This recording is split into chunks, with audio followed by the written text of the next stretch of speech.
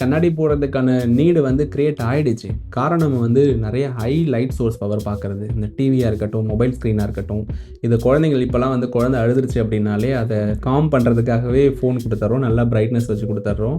அது நல்லா உத்து பார்க்க ஆரம்பிக்கும். இப்ப தான் அது வந்து உலகத்தையே பார்க்க ஆரம்பிக்கும்போது ஒண்ணு ஒண்ணு கூர்ந்து தான் பார்க்கும். தூரத்துல இருந்து ஒரு பெரிய பொருள கூர்ந்து பார்க்கும். பட் நீங்க அத ஃபோன் குடுத்தீங்கன்னா இன்னும் நல்லா கூர்ந்து பார்க்க ஆரம்பிக்கும். ஐ ஸ்ட்ரெயின் ஆகும். குழந்தைகள்ல அந்த கருவளையம், கண்ணுடைய கருவிழி இதெல்லாம் நெறைய ஸ்ட்ரென்தன் ஆகாம இம்மெச்சூர்டா தான் இருக்கும். பொறக்கும் பொழுது இந்த இந்த மருந்து சாப்பிட்டா சரியாயிடும், இது சாப்பிட்டா க்யூர் ஆயிடும் அப்படின்னு சொல்லிட்டு பிறவியிலிருந்து வரக்கூடிய கண் பிரச்சனைகள் ரொம்ப காம்ப்ளிகேட்டட், சிக்கலானது. ஆனா அதுக்கப்புறம் வரக்கூடிய ஒரு வீக்னஸ்னாலேயோ இல்ல நரம்புல ஒரு பாதிப்புனாலேயோ நீங்கள் நோயுடைய தாக்கம் இருக்குது அப்படின்னா அதை வந்து நம்ம ரெக்டிஃபை பண்ண முடியும். அதை ரிவர்ஸ் பண்ணுறதுக்கான பாசிபிலிட்டிஸ் இருக்குது. ஸோ அதை மட்டும்தான் நம்ம பார்க்குறது நல்லதாக இருக்கும், சேஃப்டியாக இருக்கும். அதாவது பௌர்ணமி அன்னைக்கு நீங்கள் அதில் நிலவை வந்து உத்து பார்த்து ஒரு 10 to 15 மினிட்ஸ் நீங்கள் கூர்ந்து அதை பார்க்குறீங்க அப்படின்னா கண்ணுக்கு நல்ல குளிர்ச்சி ஆகும். அது உங்களுக்கு ஒரு ஐ எக்ஸசைஸ் மாதிரி டெவலப் ஆகும். சித்தர்கள் வந்து முக்கியமாக கண்ணுக்கு வந்து பிரதானமாக அகத்தியர் வந்து இதுக்கு அகத்தியர் நயன விதினே கொடுத்துருக்காரு.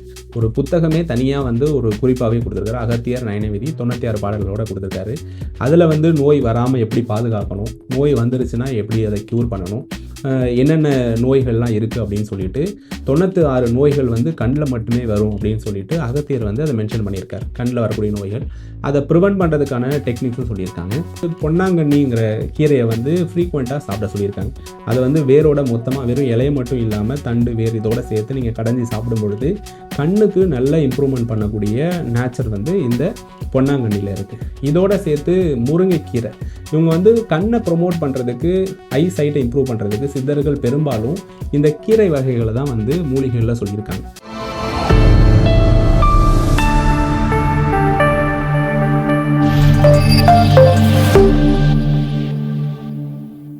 வணக்கம் சார். வணக்கம்.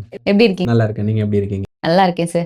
சரி, இன்னைக்கு நிகழ்ச்சியில வந்து கண் சார்ந்த பிரச்சனை இருக்கிறத நிறைய பேர் நம்மளால பார்க்க முடியுது. இப்போ குழந்தைங்களே வந்து கண்ணாடி போட ஆரம்பிச்சிட்டாங்க. முன்னாடி எல்லாம் வந்து 40 வயசுக்கு மேல லைட்டா கண்ணு தெரியலன்னு கண்ணாடி போட ஆரம்பிச்ச காலம் போய் இன்னைக்கு குழந்தைகள்ல இருந்தே வந்து கண்ணாடி போட ஆரம்பிச்சிட்டாங்க.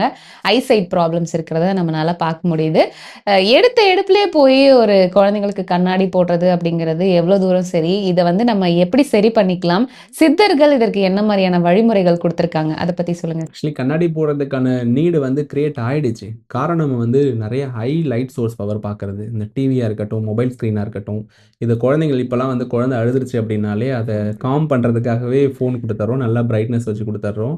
அது நல்லா உத்து பார்க்க ஆரம்பிக்கும். இப்பதான் அது வந்து உலகத்தையே பார்க்க ஆரம்பிக்கும்போது ஒண்ணு ஒண்ணு கூர்ந்து தான் பார்க்கும். தூரத்துல இருந்து ஒரு பெரிய பொருளை கூர்ந்து பார்க்கும். பட் நீங்க அதை ஃபோன் குடுத்தீங்கன்னா இன்னும் நல்லா கூர்ந்து பார்க்க ஆரம்பிக்கும். ஐ ஸ்ட்ரெயின் ஆகும். குழந்தைகள்ல அந்த கருவளையம், கண்ணுடைய கருவிழி இதெல்லாம் நிறைய ஸ்ட்ரென்தன் ஆகாம இம்மெச்சூர்டா தான் இருக்கும். அதில் இன்னும் நிறைய ஸ்ட்ரெயின் பண்ணி பார்க்கும்பொழுது கண்டிப்பாக இன்னும் அது டேமேஜ் ஆகிறதுக்கான வாய்ப்புகள் இருக்குது. அதனால தான் குழந்தைகள் எல்லாரும் வந்து கண்ணாடி போடுறதுக்கான நிலைக்கு தள்ளப்படுறாங்க. சித்தர்கள் வந்து முக்கியமாக கண்ணுக்கு வந்து பிரதானமாக அகத்தியர் வந்து இதுக்கு அகத்தியர் நயன விதினே கொடுத்துருக்காரு. ஒரு புத்தகமே தனியாக வந்து ஒரு குறிப்பாகவே கொடுத்துருக்காரு. அகத்தியர் நயன விதி 96 பாடல்களோட கொடுத்துருக்காரு. அதில் வந்து நோய் வராமல் எப்படி பாதுகாக்கணும், நோய் வந்துருச்சுன்னா எப்படி அதை க்யூர் பண்ணணும், என்னென்ன நோய்கள்லாம் இருக்குது அப்படின்னு சொல்லிட்டு 96 நோய்கள் வந்து கண்ணில் மட்டுமே வரும் அப்படின்னு சொல்லிட்டு அகத்தியர் வந்து அதை மென்ஷன் பண்ணியிருக்காரு. கண்ணில் வரக்கூடிய நோய்கள் அதை ப்ரிவென்ட் பண்ணுறதுக்கான டெக்னிக்ஸும் சொல்லியிருக்காங்க. பட் சித்த மருத்துவத்து மூலயமா நீங்கள் ஐ டிசீஸ் பார்க்கணும் அப்படின்னா கஞ்சனிட்டல் அப்படின்னு சொல்லிட்டு பிறவியில் வரக்கூடிய குருடோ இல்லை வந்து கண் பார்வை நோய்களோ தீர்க்கிறது வந்து ரொம்ப கஷ்டமானது. ஸோ யாருமே வந்து அதை வச்சு நீங்கள் ஏமாற வேண்டாம். இப்போ பிறக்கும் பொழுது இந்த இந்த இந்த மருந்து சாப்பிட்டா சரியாயிடும், இது சாப்பிட்டா க்யூர் ஆகிடும் அப்படின்னு சொல்லிட்டு பிறவியிலிருந்து வரக்கூடிய கண் பிரச்சனைகள் ரொம்ப காம்ப்ளிகேட்டட், சிக்கலானது. ஆனால் அதுக்கப்புறம் வரக்கூடிய ஒரு வீக்னஸ்னாலேயோ இல்லை நரம்புல ஒரு பாதிப்புனாலேயோ நீங்கள் நோயுடைய தாக்கம் இருக்குது அப்படின்னா அதை வந்து நம்ம ரெக்டிஃபை பண்ண முடியும். அதை ரிவர்ஸ் பண்ணுறதுக்கான பாசிபிலிட்டிஸ் இருக்குது. ஸோ அதை மட்டும்தான் நம்ம பார்க்கறது நல்லதாக இருக்கும், சேஃப்டியாக இருக்கும். ஸோ இப்போ சித்தர்களுடைய வழிமுறையில் நம்ம இதை பார்க்கணும் அப்படின்னா இந்த மாதிரி கண் சார்ந்த பிரச்சனைகள், பார்வை குறைபாடுகள், இந்த மாதிரியான பிரச்சனைகளுக்கு என்ன மாதிரியான தீர்வுகள்லாம் சொல்லியிருக்காங்க, என்ன அதை பற்றி குறிப்பிட்டிருக்காங்க? குறிப்பாக நோயில் கண்ணுக்கு வராமல் இருக்கிறதுக்கு வந்து அவங்க 3 நாளைக்கு ஒரு டைம் வந்து கண்ணுக்கு மை இட சொல்கிறாங்க. கண்ணில் வந்து மை வந்து அவங்க ப்ரிப்பரேஷன் பண்ண மை. இப்போ நம்ம நார்மலாக யூஸ் பண்ணுற மை காஜல் கிடையாது, ஐஸ்டிக் இதெல்லாம் கிடையாது. அவங்க குறிப்பாக வந்து கரிசலாங்கண்ணி. இந்த கரிசலாங்கண்ணி வச்சு செய்யக்கூடிய மை. இதுதான் வந்து கண்ணுக்கு நீங்க டெய்லி ஒரு 3 நாளைக்கு ஒரு டைம், ஈவினிங் கூட டெய்லி வைக்கலாம். 3 நாளைக்கு ஒரு டைம் கண்ணுக்கு சொட்டு மருந்து விட சொல்றாங்க. இந்த கலிக்கம் அப்படிங்கக்கூடிய ப்ராசஸ் பண்ணிட்டு, மை டெய்லி ஈவினிங்ல நீங்க வைக்கும்பொழுது, கண்டிப்பா நோய் வந்து வராம உங்களுடைய கண்ண வந்து புரொடெக்ட் பண்ணி, ஐ சைட்டையும் நல்லா இம்ப்ரூவ் பண்ணுங்கிறத ஒரு டெக்னிக்கா சொல்றாங்க. ஆண்கள், பெண்கள் 2 2 பேருமே பயன்படுத்தலாம். இந்த கண் மை வைக்கிறது. பட் இப்போ வந்து பெண்கள் மட்டுமே அழகுக்காக போனதுனால, அது வந்து அதோடைய இம்பாக்ட் வந்து மாறி போயிடுச்சு. பட் பிரிவென்ஷனுக்காக சொல்றதுல, அவங்க கண் மை வைக்கிறதையும், கலிக்கம் அப்படின்னு சொல்லக்கூடிய eye drops. So eye drops தான் மென்ஷன் பண்ணியிருக்காங்க. ஐ டிராப்ஸ்ல இன்றளவும் வந்து இளநீர் குழம்பு அப்படின்னு சொல்லிட்டு இருக்கிற ஒரு மருந்து வந்து பயன்படுத்திட்டு இருக்காங்க. பட் அதில ரொம்ப கொஞ்சம் காம்ப்ளிகேஷன், ரொம்ப எரிச்சல் அதிகமா இருக்கும். இப்ப இருக்கக்கூடிய மக்களால அதில இருக்கக்கூடிய எரிச்சல பேர் பண்ண முடியல அப்படிங்கிறதுனால, சித்த மருத்துவர்கள் பெரும்பாலும் அத பயன்படுத்துறதில்ல. ஆனா, அந்த காலத்தில இந்த இளநீர் குழம்பு வந்து ஐ சைட் இம்ப்ரூவ் பண்றதுக்காகவும், அதில நோய் எதுவும் வராம புரொடெக்ட் பண்றதுக்காகவும், இந்த இளநீர் குழம்புங்கிற மருந்த வந்து பரவலா பயன்படுத்திட்டு வந்தாங்க. அது ஒரு சின்ன டிராப் தான். டிராப் எடுத்து லேசா கண்ணு கீழ வச்சுட்டீங்க அப்படின்னா, நல்லா வந்து அது செக்ரீஷன் வந்து ஸ்டிமுலேட் பண்ணும். அத ஐ கிளியர் பண்றதுக்கும், அத குளிர்ச்சி ஆக்குறதுக்கும் இந்த டிராப்ஸ் வந்து யூஸ் பண்ணிட்டு இருந்திருக்காங்க. ஓகே. இது சைட் ப்ராப்ளம் இருக்கிறவங்க, வேற என்ன பிரச்சனை இருக்கிறவங்க இத பயன்படுத்தும்போது பலன் கிடைக்கும்? பொதுவா வந்து இப்போ கேட்ராக்ட் வந்து வந்ததுக்கப்புறம் நம்ம அத கியூர் பண்ண முடியாது. இப்ப கேட்ராக்ட் வர்றதுக்கான காம்ப்ளிகேஷன்ஸ் இருக்கு. இப்ப ஏஜ் ஆயிட்டு இருக்கு. ஒரு உங்களுக்கு ஒரு 40 நெருங்குறீங்க அப்படின்னா, கேட்ராக்ட் வர்றதுக்கான பாசிபிலிட்டீஸ் இருக்குன்னா, அவங்க அத யூஸ் பண்ணும்பொழுது கேட்ராக்ட் வரத நம்ம தள்ளி போட முடியும். இப்போ ஒரு 60 வயசுல வர கேட்ராக்ட் ஒரு 70, 80 வயசு வரையும் இருக்கலாம். பட் கிராமங்கள்ல அந்த கேட்ராக்ட்டே அப்பலாம் இல்ல. இப்ப தான் அதிகமா டெவலப் ஆயிருக்கு. புரை வர்றது. ஸோ அப்பலாம் வந்து 80 வயசு, 90 வயசுல இருக்கிற பாட்டி, தாத்தாக்கள்லாம் வந்து ஊசியில நூல் கோக்குற அளவுக்கு ஒரு ஷார்ப் ஐ பவர் இருந்துச்சு. பட் இப்போ வந்து ஒரு 50 இயர்ஸ தாண்டுனாலே கண்ல வந்து புரை வர்றத நம்ம பார்க்குறோம். பட் அதுக்கான ரீசனா இந்த கண்ணுக்கான எந்த சித்த மருத்துவ ஒரு பயன்பாடும், ஒரு இயற்கையான பயன்பாடு எதுவுமே பண்ணாம இருக்கிறதனுடைய விளைவுகள் தான் இயர்லியரா வரக்கூடிய கேட்ராக்ட், கண்புரை வந்து வரதுக்கான பாசிபிலிட்டீஸ் இருக்கு. அதுக்கு வந்து இந்த டிராப்ஸ் யூஸ் பண்ணியிருக்காங்க. இந்த உள்ளுக்கு சாப்பிடுற மருந்துகள்ல வந்து பொன்னாங்கண்ணிங்கிற கீரைய வந்து ஃப்ரீக்வென்ட்டா சாப்பிட சொல்லியிருக்காங்க. அத வந்து வேரோட மொத்தமா வெறும் இலைய மட்டும் இல்லாம, தண்டு, வேர் இதோட சேர்த்து நீங்க கடைஞ்சு சாப்பிடும் பொழுது, கண்ணுக்கு நல்ல இம்ப்ரூவ்மென்ட் பண்ணக்கூடிய நேச்சர் வந்து இந்த பொன்னாங்கண்ணில இருக்கு. இதோட சேர்த்து முருங்கைக்கீரை. இவங்க வந்து கண்ண ப்ரமோட் பண்றதுக்கு, ஐ சைட்ட இம்ப்ரூவ் பண்றதுக்கு சித்தர்கள் பெரும்பாலும் இந்த கீரை வகைகள தான் வந்து மூலிகைகள்ல சொல்லியிருக்காங்க. ஸோ முருங்கைக்கீரையா இருக்கட்டும், பொன்னாங்கண்ணி கீரையா இருக்கட்டும், இந்த மாதிரியான கீரை வகைகள். இது இல்லாம மருந்துகள்ல வந்து அ உ உபரசம்னு சொல்லக்கூடிய பொருள்களையும் சொல்லியிருக்காங்க. உபரசம்னா, ஸோ ஒரு சில மெட்டல்ஸ், மினரல்ஸையும் யூஸ் பண்றதுக்கான சொல்லியிருக்காங்க. ஒரு சில கடல் சார்ந்த அ பொருட்கள் இருக்கக்கூடிய முத்து சிப்பி, நம்ம யூஸ் பண்ற பேர்ல்ஸ்லாம் இருக்கு. அத வந்து மருந்துகளா பயன்படுத்தி எப்படி பயன்படுத்தணும்? ஐ பவர இம்ப்ரூவ் ஆக்குறதுக்கும், டிசீஸ கியூர் பண்றதுக்கும் இத மென்ஷன் பண்ணியிருக்காங்க. உலோகங்கள்னு சொல்லக்கூடியதுல வந்து இரும்பு சத்து உள்ள உலோகங்கள், செம்பு சத்து, ஸோ காப்பர் சேர்ந்த மருந்துகள் வந்து செஞ்சு குடுக்கும் பொழுது, கண்ணுக்கு நல்ல இம்ப்ரூவ் ஆகும். எவ்வளோ டிசீஸ் வந்து கியூர் பண்றதுக்கு இந்த 2 சேர்ந்த மருந்துகள பயன்படுத்தினா, கண் நோய்கள வந்து கியூர் பண்ண முடியுங்கிறதுக்கான எவிடன்ஸ் வந்து சித்தர்கள் குடுத்திருக்காங்க. இன்னைக்கு வந்து ஐ ப்ராப்ளம்க்கு எக்ஸர்சைஸா நெறைய விஷயங்கள் நெறைய பேர் வந்து பண்றது உண்டு. சித்தர்கள் அத பத்தியெல்லாம் ஏதாவது குறிப்பிட்டிருக்காங்க? கண்டிப்பா வந்து ஐ வந்து எப்படி கிளீனா வச்சுக்கணும், எக்சர்சைஸ் பண்றதுக்கு குறிப்பா வந்து பலகணி பார்த்தல் முறை அப்படின்னு சொல்லியிருக்காங்க. பலகணி பார்த்தல்னா ஒரு ஜன்னல் மெத்தட் மாரி நம்ம கைய வந்து கோர்த்து, அதுல முழு நிலவு சந்திரன், அதாவது பௌர்ணமி அன்னைக்கு நீங்க அதுல நிலவ வந்து உத்து பார்த்து ஒரு ஒரு 10 டூ 15 மினிட்ஸ் நீங்க கூர்ந்து அத பார்க்குறீங்க அப்படின்னா, கண்ணுக்கு நல்ல குளிர்ச்சி ஆகும். அது உங்களுக்கு ஒரு ஐ எக்சர்சைஸ் மாரி டெவலப் ஆகும். கண் நோய் வராம பிரிவென்ட் பண்றதுக்கு இந்த சந்திர தரிசனம் அப்படின்னு நம்ம சொல்லலாம். இல்லன்னா பலகணி கோர்த்து பார்த்தல் அப்படிங்கிற டெக்னிக்க இத பயன்படுத்தியிருக்காங்க. அது எப்படி பண்ணலாம் டாக்டர்? முழு நிலவு சந்திரன், அப்போ பௌர்ணமி அன்னைக்கு உங்களுடைய கைகள்ல 2 விரல் இப்படி மாரி சேர்த்துட்டு, இது 2யும் இப்படி பின்னுனீங்கன்னா, ஒரு சின்ன ஹோல் மாரி உங்களுக்கு டெவலப் ஆகும். இந்த ஹோல் மூலியமா நீங்க நிலவ வந்து பார்க்கணும். நல்லா உத்து பார்க்கணும். கிட்ட வந்து கொண்டு வந்து நீங்க உத்து பார்க்கும்பொழுது, உங்க ஐக்கு வந்து நல்ல ஒரு எக்சர்சைஸ் கிடைக்கும். ஒரு மைல்டு எக்சர்சைஸ் இருக்கும். இப்போ பிசியோதெரபி மெத்தட்ல நெறைய ஐ ரொட்டேஷன் எக்சர்சைஸ் இருக்கு. அது உங்களுக்கு கொஞ்சம் கஷ்டமா இருந்தாலும், இது வந்து டிசீஸ் வந்ததுக்கப்புறம் நீங்க அத பிசியோதெரபி எக்சர்சைஸ் நீங்க பண்ணிக்கலாம். நோய் வராம பிரிவென்ட் பண்றதுக்கு இந்த பலகணி பார்த்த மெத்தட்ல ஒரு பௌர்ணமிக்கும் எல்லாருமே இந்த சந்திரனை இந்த மெத்தட்ல பார்க்கும்பொழுது, உங்க கண்ணுக்கு நல்ல குளிர்ச்சிய குடுக்கும். நோய் வராம உங்கள பிரிவென்ட் பண்ணும். ஓகே. இது எவ்வளோ நேரம் பார்க்கணும்? 10 டூ 15 மினிட்ஸ். ஸோ அத நீங்க வந்து கை விரல கோர்த்துட்டு கிட்ட கொண்டு வந்து அத ஃபோக்கஸ் பண்ணிட்டு அந்த நிலவ மட்டும் பார்த்தீங்க அப்படின்னா, கண்ணுக்கு ஒரு நல்ல எக்சர்சைஸா இருக்கும் அது உங்களுக்கு. இப்ப கூட நெறைய பேர் இந்த கேண்டில் வச்சு கிரியா எக்ஸர்சைஸ்ன்னு எல்லாம் கூட ஆமா. அதோடைய ஒரு இன்னொரு வெர்ஷன் தான் வந்து இத நம்ம அப்படி சொல்லலாம். இப்ப பௌர்ணமி அன்னை வரையும் நம்ம வெயிட் பண்ணோம்ல எக்ஸசைஸ் பண்ணுறதுக்கு. ஸோ அதை வந்து அவங்க ஓரளவு மாடிஃபை பண்ணிவிட்டு அதை டெய்லி வந்து ப்ராக்டிஸ் பண்ணுறதுக்கு அந்த கேண்டில் எக்ஸசைஸ் வேணால் பயன்படுத்திட்டு இருப்பாங்க. பட் சித்தர்கள் டெக்ஸ்ட்டில் இந்த ஒரு மெத்தட் வந்து சொல்லியிருக்காங்க.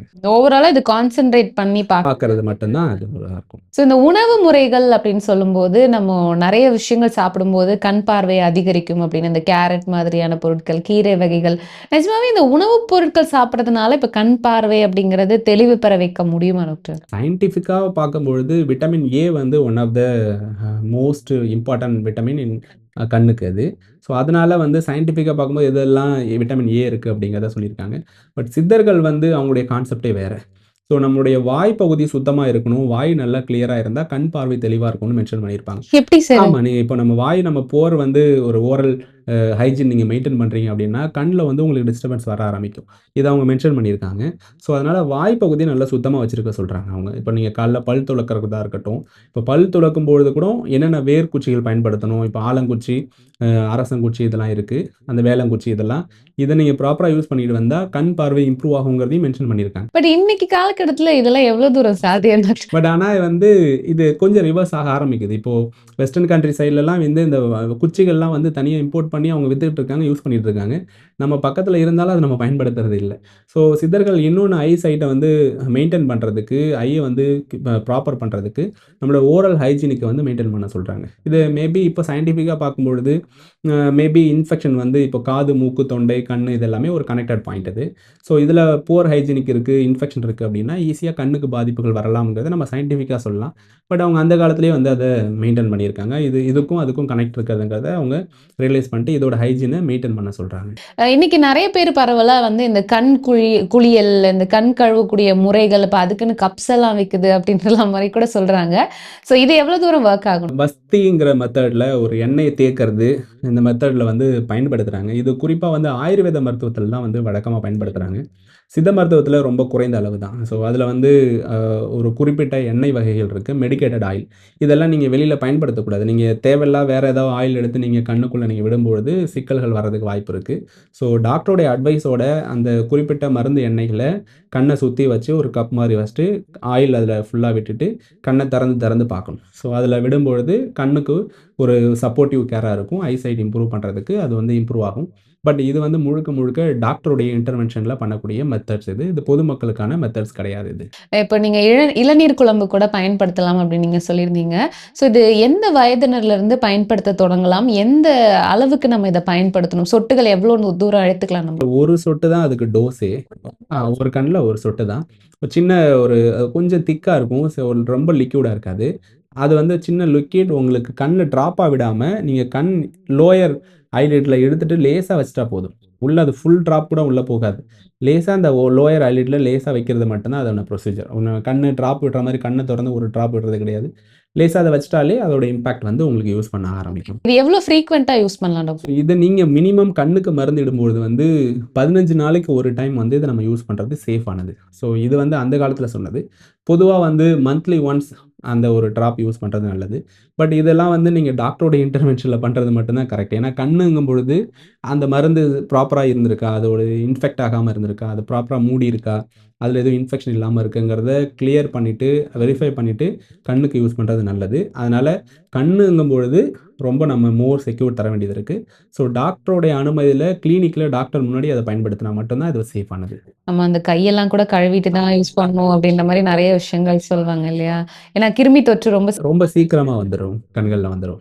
கண் சார்ந்த பிரச்சனைகளுக்கு சித்த மருத்துவம் எந்த அளவுக்கு உதவி செய்யுது அப்படின்னு நீங்கள் சொல்லியிருந்தீங்க. நம்ம தொடர்ந்து வரக்கூடிய நிகழ்ச்சிகள் எல்லாத்துலேயுமே வந்து வர்ம புள்ளிகளும் ரொம்ப முக்கியம், பல நோய்களுக்கு வந்து தீர்வு கொடுக்கும் அப்படின்ற மாதிரி சொல்லியிருந்தீங்க. இப்போ இந்த கண் சார்ந்த பிரச்சனை இருக்கிறவங்களுக்கு அதை சரி செய்யறதுக்கு வர்ம புள்ளிகள் இருக்கா? அது உதவி செய்யுமா சார்? கண்டிப்பாக. இப்போ எனக்கு வந்து மருந்தே எனக்கு வேண்டாம், நான் வந்து வர்ம புள்ளிகள் மூலயமா வித்தவுட் மெடிசனில் இதோட ஐசைட் இம்ப்ரூவ் பண்ணலாம் அப்படின்னு கேட்டால் இதுக்கான தெரப்பீஸ் வந்து நாங்கள் கொடுத்துட்ருக்கோம் வர்மக்கலையில்.